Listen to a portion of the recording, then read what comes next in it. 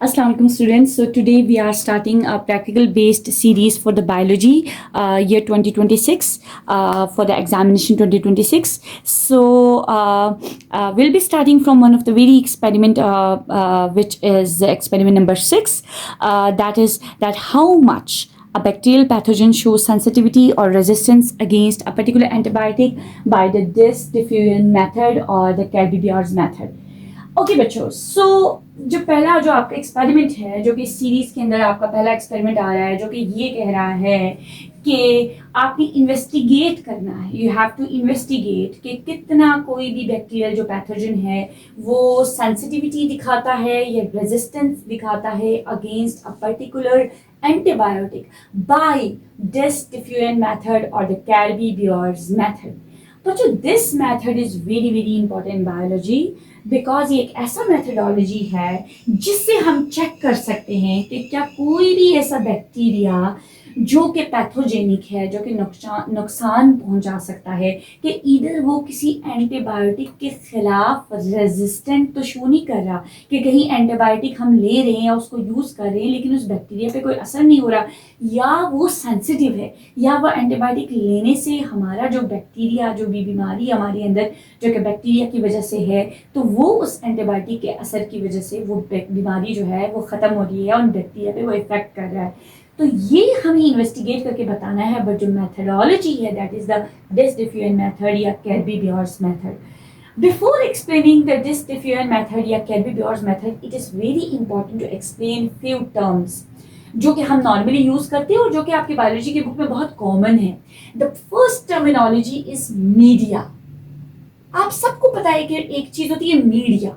बच्चों, मीडिया जो होती है ना वो एक बेसिकली कोई ऑर्गेनिक या इनऑर्गेनिक आपके पास केमिकल कॉन्स्टिट्यूएंट्स होते हैं, ठीक है. और ये कॉन्स्टिट्यूएंट्स आप इसको अगर बहुत लेम इनकी जुबान में आप इसको बोलो तो आप इसको कह सकते हो बैक्टीरिया का फूड, यानी कोई ऐसी चीज जिसके अंदर हम बैक्टीरिया को ग्रो करते हैं. नॉर्मली जितना भी जो हमारे पास नॉर्मल मीडिया होता है ना वो हम उसको बोलते हैं न्यूट्रिएंट एगर मीडिया, यानी कि ये ऐसा मीडिया है जिसके अंदर वो सारे न्यूट्रिएंट्स मौजूद हैं जो कि एक बैक्टीरिया की ग्रोथ के लिए चाहिए. सो जो फर्स्ट कॉन्स्टिट्यूएंट जो आपको जिसके बारे में आपको पता होना चाहिए दैट इज मीडिया. कि मीडिया क्या चीज होता है, कि कोई भी ऑर्गेनिक या इनऑर्गेनिक केमिकल कॉन्स्टिट्यूएंट्स, ईस्ट भी हो सकता है इसमें, आपके पास नाइट्रोजन सोर्स हो सकता है, वो सारी चीजें जो कि बैक्टीरिया की ग्रोथ के लिए, उसकी डेवलपमेंट के लिए उसको चाहिए होते हैं, उस जिसके अंदर हम बैक्टीरिया को ग्रो करते हैं that is media. Okay, so ये nutrient agar media is the most normal media जो हम यूज करते हैं. बट डिस डिफरेंट मेथड्स के अंदर हम डिफरेंट यूज करेंगे, ये वाला मीडिया हम यूज नहीं करेंगे. This is just for the normally generally हम जो मीडिया यूज करते हैं that is a nutrient agar media. Second चीज जो कि बहुत इंपॉर्टेंट है, जो कि आपके प्रैक्टिकल बुक्स में भी ये चीज मेंशन है, दैट इज इनोक्यूलम. इनोक्यूलम बनाना है, यानी कि बैक्टीरिया की कॉलोनी को किसी भी मीडिया के ऊपर से उठा के उसको सॉल्यूशन के अंदर डालना है और लिक्विड के साथ उसको मिक्स करना है ताकि उसका एक सस्पेंशन हम बना सके और इसी सस्पेंशन को हम इस एक्सपेरिमेंट में यूज कर सके. इस चीज को कहा जाता है इनोक्यूलम, यानी बैक्टीरिया की एक, यानी ये एक जनरल आप समझे कि न्यूट्रिएंट एगर का प्लेट है जिसके ऊपर हमने फॉर एग्जांपल स्ट्रेप्टोकोकस निमोनी जो हमारे पास एक बैक्टीरिया होता है उसकी डिफरेंट कॉलोनीज को हमने उसकी कॉलोनीज को ग्रो किया है. हमने अगर इनोक्यूलम बनाना होगा हम यहाँ से इन बैक्टीरिया को ले लेंगे, उनको ट्रांसफर कर देंगे एक लूप की मदद से किसी भी छोटे से टेस्ट ट्यूब के अंदर, और उसके अंदर कोई ना कोई सॉल्यूशन हमारे पास मौजूद होगा और उसके अंदर हम इसको मिक्स कर लेंगे और इसी को फिर हम नेक्स्ट इनोक्यूलम को हम यूज करेंगे अपने एक्सपेरिमेंट के अंदर. तो this is called as a inoculum. Okay, I hope ये दोनों टर्मिनोलॉजीज आपको समझ आ गई होंगी. So let's start with the disc diffusion method.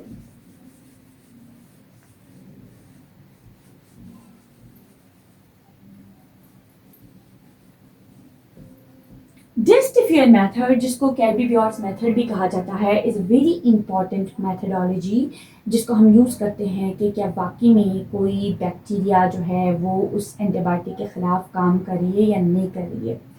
सबसे पहले डिस्टिफियर मेथड के अंदर क्या किया जाता है कि आपने जो भी बैक्टीरिया आपने लेना है, जिसके खिलाफ आपने एंटीबायोटिक टेस्टिंग करनी है कि ये एंटीबायोटिक इस बैक्टीरिया के खिलाफ काम करे या नहीं करने, सबसे पहले आपने क्या करना है, सबसे पहले आपने बैक्टीरिया को, जिस बैक्टीरिया को आपने लेना है, ठीक है, मैं सिंपल वर्ड्स में आप लोगों को एक्सपेरिमेंट जो है वो एक्सप्लेन कर रही हूँ, और आप जहाँ से उसके बाद पढ़ना चाहते हैं आप लोग पढ़ सकते हैं। आपने बैक्टीरिया को लेना है, उसको आपने ग्रो करना है, ठीक है, आपने किसके अंदर ग्रो करना है, ऑफकोर्स आप लोग उसको किस में ग्रो करोगे, मीडिया के अंदर ग्रो करोगे, किसी भी मीडिया के अंदर, यानी एगर प्लेट्स के ऊपर आप इसको ग्रो करोगे। सेकंड चीज जो कि बहुत इंपॉर्टेंट, जो कि आपके मेंशन हुई है, वो चीज ये होगी कि इन बैक्टीरिया को ग्रो करने के बाद आपने इनका इनोक्यूलम बनाना है। इनोक्यूलम बनाने के लिए एक चीज होती है कि हमने इन बैक्टीरिया को डालना है एक सॉल्यूशन के अंदर। अब बच्चे, होता ये है कि हमारे पास एक सॉल्यूशन है स्टैंडर्ड, जिसको बोला जाता है मैकफर्लेन सॉल्यूशन। मैकफर्लेन सॉल्यूशन आपको बेसिकली बताती है किस चीज के बारे में, टर्बिडिटी के बारे में, यानी कि कितना बैक्टीरिया आपने लेके इस जो है, आप जो भी वाटर या आप जो भी सॉल्वेंट ले रहे हो उसके अंदर आपने लेना है कि ये सॉल्यूशन, इसके अंदर बैक्टीरिया टर्बिड हो जाए, ठीक है। तो मैकफर्लेन जो सॉल्यूशन होता है ना, उसकी एक स्पेसिफिक टर्बिडिटी होती है जो कि 0.5 मोलर होती है। तो समझे कि ये जितना भी टर्बिड या गदला है जो आपने फॉर एग्जाम्पल लिया हुआ है, यहाँ पे नॉर्मली हम डिस्टिफियर मेथड में यहाँ लेते हैं नॉर्मल सलाइन, यानी सोडियम क्लोराइड, जो आपके पास सॉल्ट जो होता है नॉर्मल, हम वो लेते हैं सलाइन वाटर, ठीक है, डिस्टिल सलाइन वाटर लेते हैं, जो कि आपके ड्रिप्स में भी होता है नॉर्मल सलाइन वाटर। और हम क्या करते हैं, हम इधर से जो बैक्टीरिया है जिसको हमने प्लेट्स के ऊपर ग्रो किया है, उन बैक्टीरिया को लेके इसके अंदर डाल के उन बैक्टीरिया को मिक्स करते हैं। तब तक मिक्स करेंगे जब तक इसकी और इसकी टर्बिडिटी सेम ना हो, मतलब जितना गदला ये है उतना गदला ये भी ना हो जाए, इससे ज्यादा नहीं हो मगर इससे थोड़ा कम ही हो। तो इसको होता है कि ये चीज होती है कि हमने यहां से क्या किया, मीडिया पे पहले बैक्टीरिया को ग्रो किया, उसके बाद हमने उसको मैकफर्लेन सॉल्यूशन, उसको टर्बिडिटी को मैच करने के लिए हमने उसको उसमें ट्रांसफर कर दिया। अब ये काम हो गया तो तीसरी चीज हमारे पास आएगी, हमने बनानी है स्पेशल टाइप के एगर प्लेट्स, जो हमने मीडिया जो बनाना है, मीडिया जो हमने यूज करना है, दैट इज, एक तो ऊपर मीडिया बना हुआ है जिसके अंदर बैक्टीरिया ने ग्रो किया, वो वाला नहीं, हमने अलग से मीडिया बनाना है जिसको यूज करना है फॉर द एंटीबायोटिक सेंसिटिविटी। वो हमारे पास होता है MH agar, which is also known as the Muller-Hunton agar। हमने MH agar को यूज करना है, यानी कि हमारे पास एक प्लेट होगा जिसके अंदर जो मीडिया हमने डाला है वो मलर-हंटन एगर होगा। पहले जिसके अंदर हमने बैक्टीरिया को ग्रो किया है वो नॉर्मल न्यूट्रिएंट एगर होगा। अब हमने इस बैक्टीरिया को निकाल के इस सॉल्यूशन के सलाइन के अंदर डाला और इसकी टर्बिडिटी को मैच कर दिया, ये ओके हो गया। अब जो ये हमारे पास MH एगर का जो प्लेट है, जो मीडिया है, उसके अंदर हम क्या करेंगे, इस सस्पेंशन को इसके अंदर डालेंगे। कैसे डालेंगे, स्वैब की मदद से। जो कॉटन स्वैब नहीं होता, आप लोग नॉर्मली कान जो है वो साफ करने के लिए यूज करते हैं, उस कॉटन स्वैब को इसके अंदर डिप किया जाता है और उस कॉटन स्वैब को इसके गिर्द ऐसे पूरी तरह फैलाया जाता है।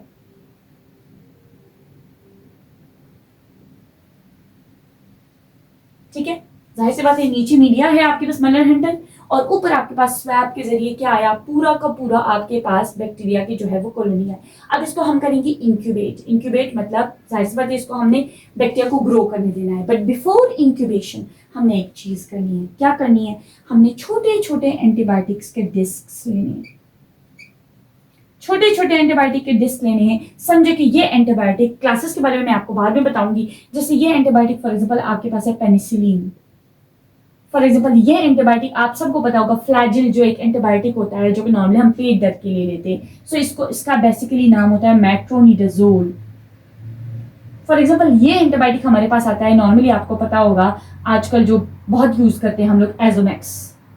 एक और हम फॉर एग्जांपल लेते हैं कि ये है आपके पास एगमेंटीन। इन सब के छोटे छोटे डिस्क होते हैं, उनके डिफरेंट ग्राम्स, उनकी कंसेंट्रेशन लिखी हुई होती है।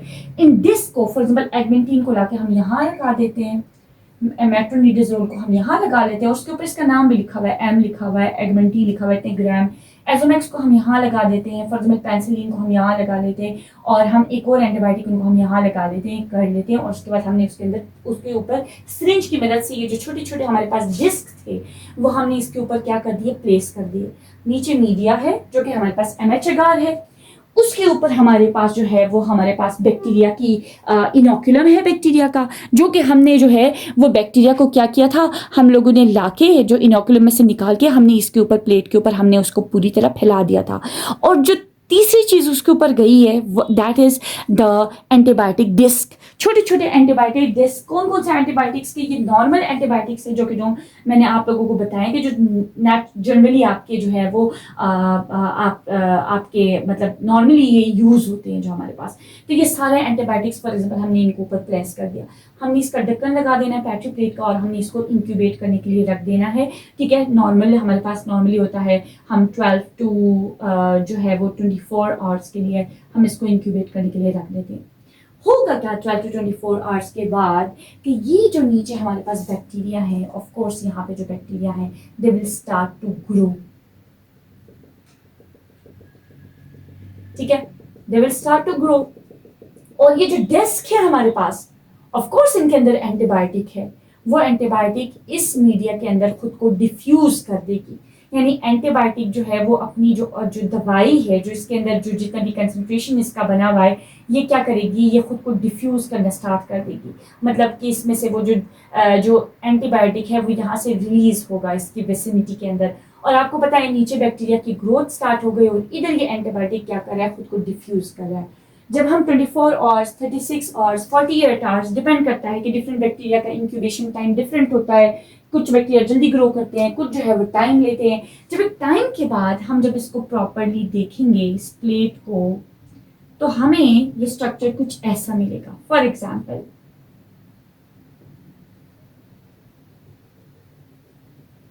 ये आपके पास बैक्टीरिया की ग्रोथ है, फॉर एग्जाम्पल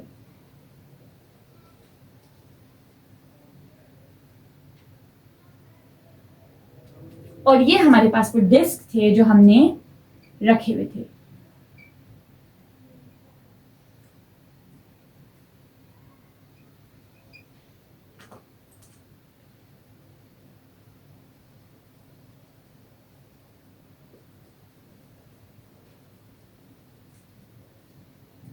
कुछ डिस्क के गिर्द आप इस तरह का एक जोन देखोगे, कुछ डिस्क के गिर्द शायद वो जोन बहुत बड़ा हो और कुछ डिस्क के गिर्द शायद वो जोन बहुत छोटा हो, बहुत हल्का हो, और कुछ के गिर्द वो जोन हो ही ना। अगर आप क्लियरली देख सकें तो इस वाले के जो गिर्द है वो जोन सबसे बड़ा है, मतलब इसकी जो बीच वाली जो जगह है यानी कि जो डिस्क और जो बैक्टीरिया की जो ग्रोथ है उसके बीच में जो स्पेस है वो बिल्कुल खाली है।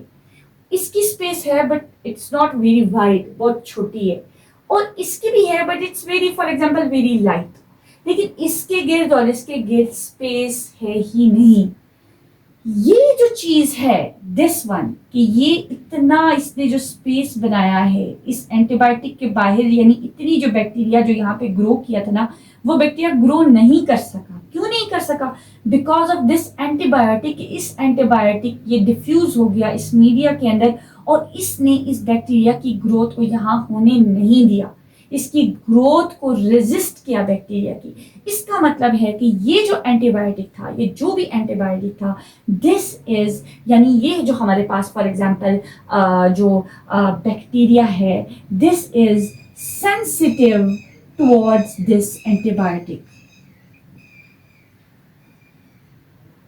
इस एंटीबायोटिक के खिलाफ जो बैक्टीरिया है ना ये सेंसिटिव है। बट अगर आप देखोगे यहाँ पे तो यहाँ पे कोई जोन नहीं बना, यहाँ पे भी कोई जोन नहीं बना और यहाँ पे भी कोई जोन नहीं बना, कुछ भी नहीं बना। तो इसका मतलब यहाँ पे जो बैक्टीरिया है वो जो है इस एंटीबायोटिक के खिलाफ क्या है, रेजिस्टेंट। यानी they show resistant toward this antibiotic, against this antibiotic. It could be anything. It could be augmentin, it could be amoxicillin, it could be any antibiotic, cephalosporin, it can be any antibiotic. ये जो zone हमारे पास बना है ना, this one, यहाँ से लेके यहाँ तक, this is known as the zone of inhibition. Means कि ऐसा जोन जहाँ पे इनहिबिशन हुई है, जहाँ पे बैक्टीरिया की ग्रोथ नहीं हुई है. सो ये है डिस्क डिफ्यूजन मेथड, यानी कि एक ऐसी मेथडोलॉजी जिसको हम चेक करते हैं, छोटे छोटे एंटीबायोटिक के डिस्क को लेके उनको प्लेस करते हैं, एंटीबायोटिक की जो बैक्टीरिया की कॉलोनीज के ऊपर रखते हैं.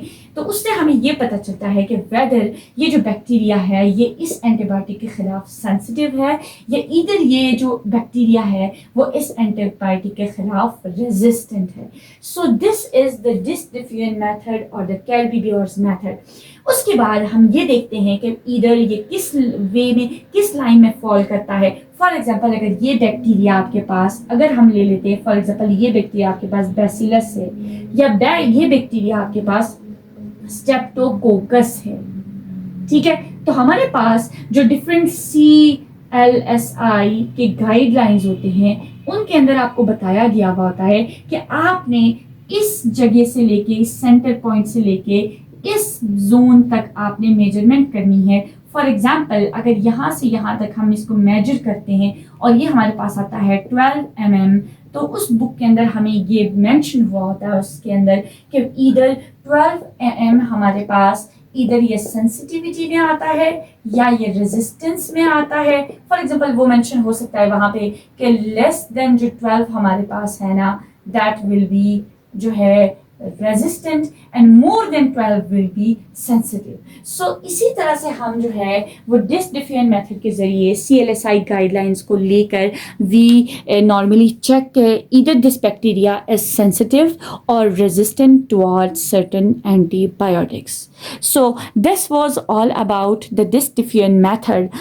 Now I am going to explain about the classes of antibiotics that we have. Basically 3 classes of antibiotics, जो कि 3 to 4 classes of antibiotics, major उससे भी ज़्यादा उसकी सब ग्रुपिंग हो सकती है, पर जो मेजर एंटीबायोटिक्स की जो क्लासेस होती हैं वो 3 to 4 हमारे पास होती हैं, जो कि असर करती हैं, अफेक्ट करती हैं against bacteria. So if I can make a small chart like structure to give you a little just an introduction कि किस तरह से जो है वो हमारे पास एंटीबायोटिक्स की जो है वो डिफरेंट हमारे पास क्लासेस होती हैं. जैसे कुछ एंटीबायोटिक्स होते हैं जो बैक्टीरिया के जो है यानी इस पे होता है कि सबसे पहले मोड ऑफ एक्शन पे होता है कि एक एंटीबायोटिक है उसका मोड ऑफ एक्शन क्या है, मतलब कि वो जो एंटीबायोटिक है वो किस तरह से बैक्टीरिया को मारता है. तो कुछ बैक्टीरिया होते हैं, कुछ एंटीबायोटिक होते हैं जो कि बैक्टीरिया की सेल वॉल को ब्लॉक करते हैं, सेल वॉल की सिंथेसिस को रोक देते हैं. और कुछ एंटीबायोटिक्स होते हैं जो बैक्टीरिया के प्रोटीन सिंथेसिस को रोक देते हैं, मतलब उसकी जो है वो जो आपके पास आपको पता है कि जो मैसेंजर आरएनए या राइबोसोमल आरएनए या ट्रांसफर आरएनए या ट्रांसक्रिप्शन ट्रांसलेशन के प्रोसेस को ब्लॉक कर देते हैं. कुछ जो है बैक्टीरिया का सेल वॉल आपको पता है पेप्टिडोग्लाइकेन से बना हुआ होता है या म्यूरिन से बना हुआ होता है, जो है उसको ब्लॉक कर देते हैं, तो उनको हम सेल वॉल ब्लॉकर्स कहते हैं. कुछ प्रोटीन के सिंथेसिस को रोक देते हैं, कुछ बैक्टीरिया के डीएनए के सिंथेसिस को रोक देते हैं. ये सारे डिफरेंट क्लासेस ऑफ एंटीबायोटिक्स है जो आपके नेचुरली जो है वो आपके मतलब एग्जिस्ट करते हैं, जिनको हम नॉर्मली यूज़ करते हैं डेली लाइफ के अंदर. और इसके अलावा भी बहुत सारी क्लासेस होती हैं, जैसे कुछ मेटाबॉलिक पाथवेज को डिस्टर्ब करती हैं, और कुछ जो है वो हमारे पास जो है वो बैक्टीरिया के मतलब हमारे पास सेल मेम्ब्रेन को जो है उसकी सिंथेसिस को रोक देती है. So we can also write down here कि जैसे कुछ सेल मेम्ब्रेन की सिंथेसिस को भी स्टॉप कर देती है. तो जैसे अगर सेल वॉल जो ब्लॉक करती है जैसे बैक्टीरिया के पेप्टिडोग्लाइकेन को, उनके अंदर जो हमारे पास वो जो स्पेशल हमारे पास एंटीबायोटिक्स होते हैं जो कि जाके बैक्टीरिया के पेप्टिडोग्लाइकेन को तोड़ती है, चाहे वो ग्राम पॉजिटिव भी हो सकते हैं और ग्राम नेगेटिव भी हो सकते हैं। उन ड्रग्स को, उन एंटीबायोटिक्स को कहा जाता है बीटा लैक्टेम ड्रग्स, क्योंकि उनके पास एक स्पेशल रिंग होता है जिसको कहते हैं बीटा लैक्टेम। तो ये बीटा लैक्टेम ड्रग्स होता है। बीटा लैक्टेम ड्रग्स के अंदर हमारे पास जो है ना वो एग्जाम्पल्स हैं आपके पास, जो कि आपको पता भी होगा। बहुत ही एक इम्पॉर्टेंट और बहुत ही मशहूर हमारे पास एंटीबायोटिक जो सबसे पहले डिस्कवर होता है पेनिसिलिन।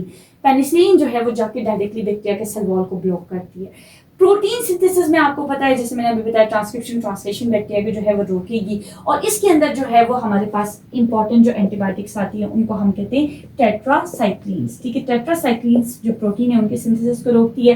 थर्ड हमारे पास जो है वो हमारे पास आ जाते हैं जैसे डीएनए सिंथेसिस को रोकने वाले, जो हमारे पास बहुत मशहूर एंटीबायोटिक्स होती हैं जिनको हम फ्लोरोक्विनोलोन्स या क्विनोलोन्स कहा जाता है। ये हमारे पास बैक्टीरिया के सिंथेसिस को रोकती हैं।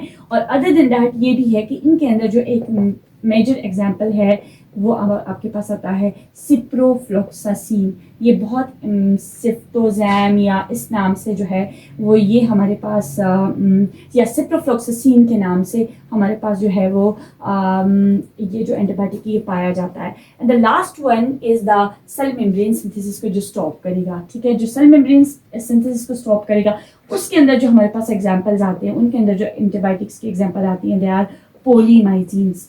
So this was all about the lecture experiment number 6 कि किस तरह से बैक्टीरिया जो पैथोजन है वो सेंसिटिविटी या रेजिस्टेंट जो है वो दिखाती है एक स्पेसिफिक एंटीबायोटिक के खिलाफ। और then I told you about the different classes of antibiotics के 4 मेजर क्लासेस हैं एंटीबायोटिक्स की, जो कि एक सेल वॉल की सिंथेसिस को ब्लॉक करते हैं, एक प्रोटीन सिंथेसिस को ब्लॉक करते हैं, एक डीएनए की सिंथेसिस को ब्लॉक करते हैं और एक सेल मेम्ब्रेन की सिंथेसिस को ब्लॉक करते हैं। तो ये डिफरेंट एंटीबायोटिक्स जो है वो बैक्टीरिया के हमारी बॉडी के अंदर जो बैक्टीरिया मौजूद होते हैं, हम इनको खाते हैं तो वो जाके हमारे ब्लड के थ्रू जाते हैं उन बैक्टीरिया तक और वहाँ जाके उन बैक्टीरिया की सिंथेसिस को स्टॉप कर देते हैं। इसी तरह अदर देन दैट हम इसको लैब में भी एक्सपेरिमेंट करते हैं डिफरेंट जो है वो एगर मीडिया के ऊपर इनको ग्रो करा के, एंड देन वी सी कि ये जो है वो किस तरह से काम करते हैं। So this was all about today's experiment. अगर आपको कोई भी क्वेश्चन जो है वो अंडरस्टैंड नहीं कर पा रहे हैं आप लोग, या कोई भी इसमें पार्ट अंडरस्टैंड नहीं कर रहे हैं, प्लीज़ आप मुझे जो है वो जो है इस वीडियो के जो हमारे पास मैसेजेस बार हैं उसके अंदर आप मेंशन कर सकते हैं। So this was all about today's lecture. Thank you.